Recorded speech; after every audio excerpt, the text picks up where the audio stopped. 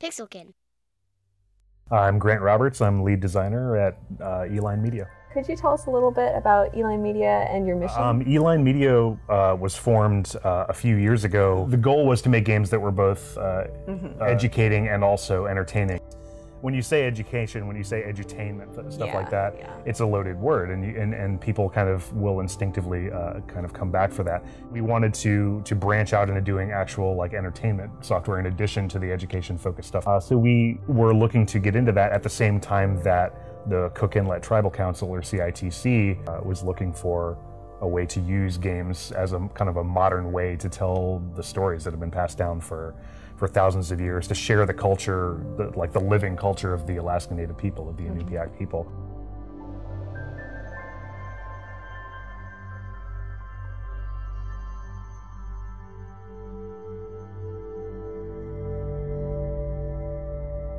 What were some of the challenges that you faced? We needed to make the game as authentic as we could, and we were not interested in kind of just doing something on our own for a few months and then presenting it to them, be like, what do you think? Yes or no? Okay, good, we're done. Like, we met with I believe over 40 members of the community that we regularly communicated with and collaborated with. But then we worked extensively with Ishmael Hope, who is the game's writer and an Inupiaq and Tlingit storyteller.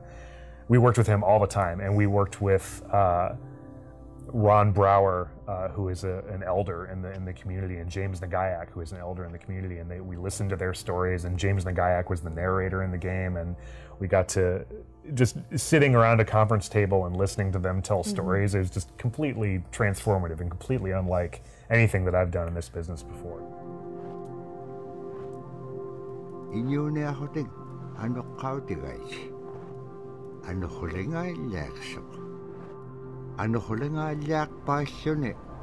Finding out what the true nature of things should be, and like what the core values of the Inupiaq community are, and incorporating that into the game, and doing that it can sometimes be a challenge when you want to take that and turn it into compelling gameplay, you know.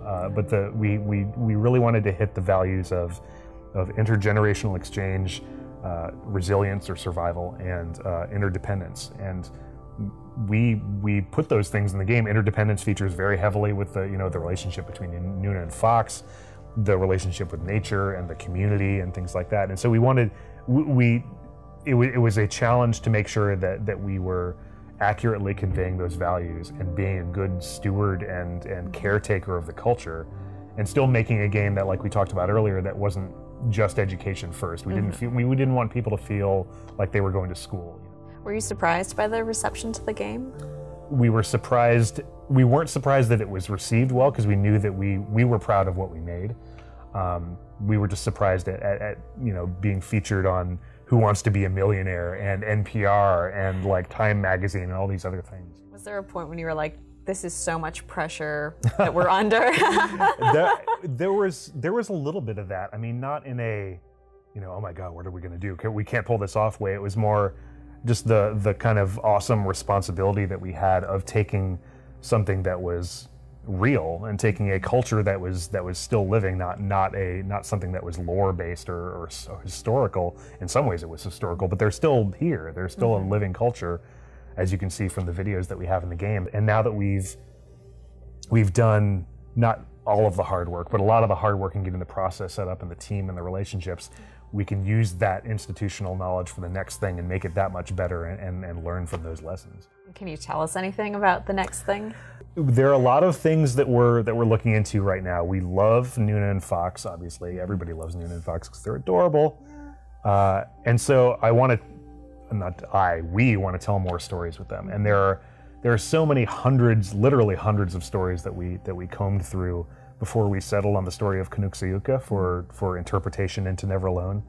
And there are all kinds of other stories that are amazing like that. We're also, we've developed this great relationship with the Alaska Native community and with CITC and Upper One Games. We're all kind of a family now. And so we might explore making more things set in Alaska, trying to convey the values that we were hoping to convey in Never Alone, and convey the concepts that we covered in the cultural insights that we thought were really important, but do it in a way that's more integrated into the game itself. Because in a perfect world, we would have done that with Never Alone. Like instead of watching a video, even though our videos are amazing, and I really love how they turned out, and getting to see the real people was kind of unique. It would have been even more rewarding, I think, if you would have learned the legend of the Aurora people and coming down and taking your head and playing soccer with it from a character in the game, or seeing that happen instead of kind of having to find it after the fact. So that's the kind of thing that we're exploring right now, is other opportunities and different genres and ideas for how we can have the culture suffuse the game even more. We've got a lot of options right now. We're trying to figure out which ones we want to pursue, but it's a good position to be in. And there's lots of other stuff that we're doing with just the core Never Alone experience, like the version for the Mac is going to come out very soon now. We're looking into other platforms as well. There's a lot of stuff in our future.